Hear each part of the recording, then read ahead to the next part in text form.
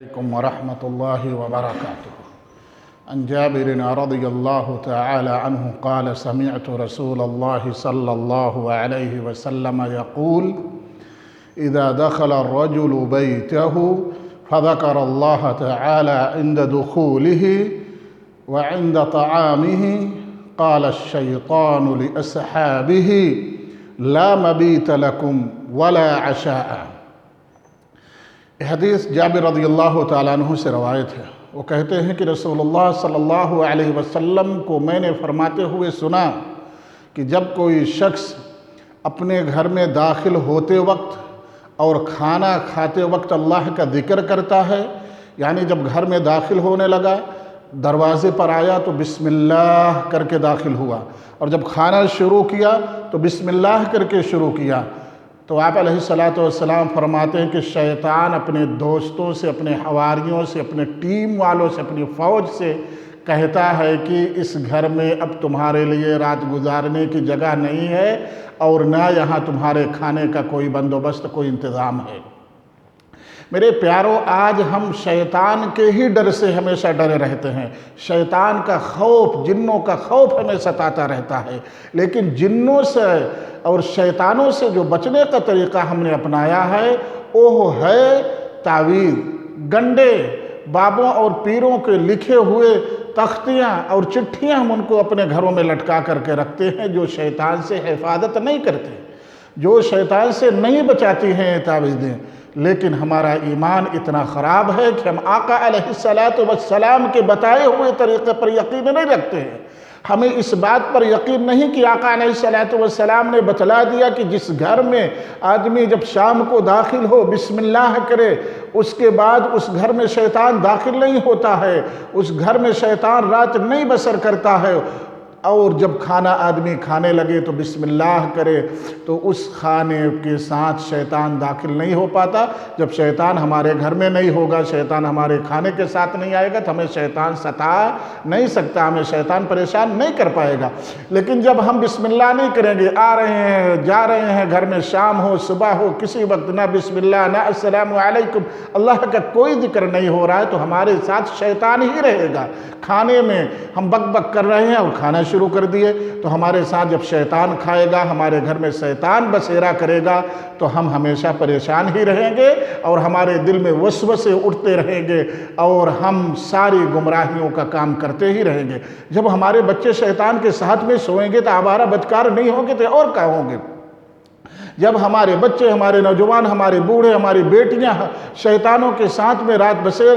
جو ہے رات گزاریں گی اور شیطانوں کے ساتھ میں کھائیں گے، شیطانوں کے ساتھ میں ان کا جو گزر بسر ہوگا تو ان سے بدکاری ہی ہوگی، ان سے بدعمالیاں ہوں گی، اور وہ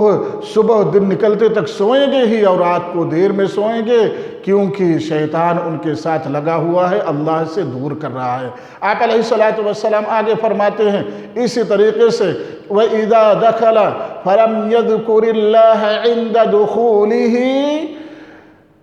جب بندہ اپنے گھر میں داخل ہوتا ہے اللہ کا ذکر نہیں کرتا ہے فَقَالَ الشَّيْطَانِ، تو شیطان کہتا ہے أَدْرَكْتُمُ الْمَبِيتِ، اے میرے دوستو، اے میری ٹیم والو، تم نے رات گزارنے کی جگہ پا لی. ایک گھر تمہارے لیے اب رات گزارنے کے لیے ہو گیا، اب یہاں کوئی تمہیں روکنے والا نہیں. آؤ اس گھر میں اپنا بسیرا کرو، ان کی بیٹیوں بیٹوں، ان تمام بوڑھوں بزرگوں کے ساتھ میں سو اور ان کو بہکاؤ، ان کو وسوسے میں ڈالو، ان کو گمراہ کرو، ان کو رات بھر جگاؤ اور دن میں دیر تک سلاؤ، ان کو اللہ کے ذکر سے دور رکھو اور نماز سے ان کو غافل رکھو. آپ علیہ السلام فرماتے ہیں کہ اسی طریقے سے وَإِذَا لَمْ يَذْكُرِ اللَّهَ عِنْدَ طَعَامِهِ، جب آدمی شام کو اپنے گھر میں داخل ہوا، شام کے وقت اپنے گھر میں اللہ کا ذکر نہیں کیا، دروازے پر بسم اللہ نہیں کیا اور السلام علیکم نہیں کہا، تو شیطان اب اس کے گھر میں بسیرا کر رہا ہے لوگوں کے ساتھ. مزید جب کھانے کے وقت بندے نے اللہ کا نام نہیں لیا، بغیر بسم اللہ کے کھانا شروع کر دیا تو شیطان کہتا ہے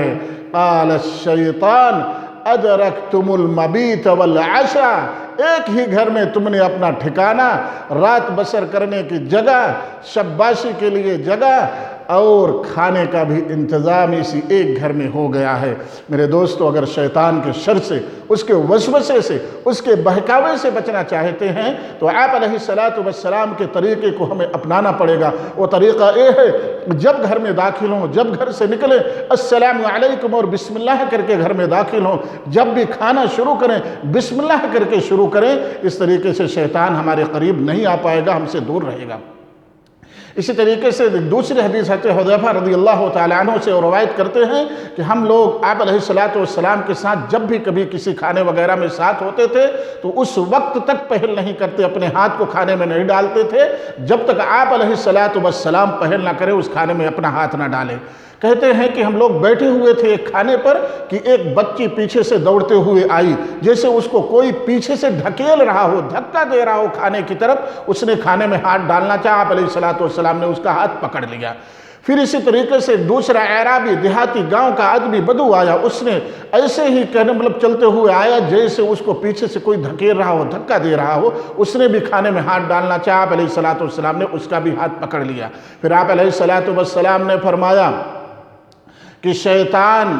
جس کھانے پر اللہ کا نام نہیں لیا جاتا ہے، جو کھانا بغیر بسم اللہ کے شروع کیا جاتا ہے، وہ کھانا شیطان کے لیے حلال ہو جاتا ہے، شیطان اس میں کھاتا ہے۔ آج شیطان اس لڑکی کے ذریعے سے اس کھانے کو اپنے لیے حلال کرنا چاہا کہ لڑکی بغیر بسم اللہ کے کھانے میں ہاتھ ڈالنا چاہتی تھی تاکہ شیطان کے لیے کھانا حلال ہو جائے، تو میں نے اس کے ہاتھ کو پکڑ لیا۔ پھر شیطان نے مہرہ بنایا، شیطان نے ڈھال بنایا اس بدو کو اور عرابی کو، وہ آیا، اس کو اکسا کر کے لے کر کے آیا تاکہ وہ کھانے میں بغیر بسم اللہ کے ہاتھ ڈال دے اور وہ کھانا شیطان کے لیے حلال ہو جائے۔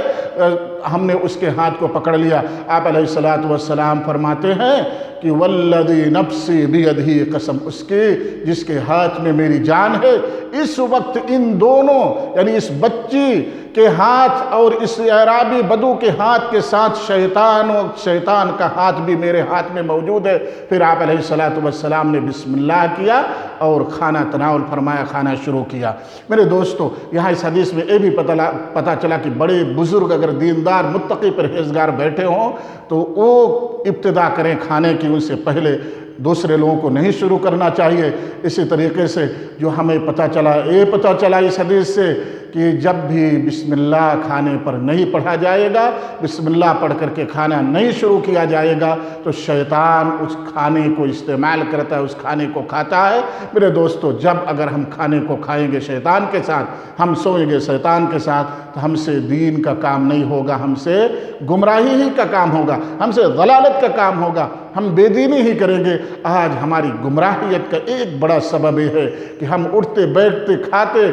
سوتے ہم آپ علیہ السلام کے طریقے کو فالو نہیں کرتے ہیں۔ میرے دوستو، آپ علیہ السلام کی سنتوں کو اپناؤ اور جنوں اور شیطانوں کو وسوسے سے دور ہو۔ آج شرک اور کفر کرانے کا سب سے بڑا جو ذریعہ ہے وہ شیطان اور جنوں کا ڈر، جاتو بھوت پریت کا ڈر،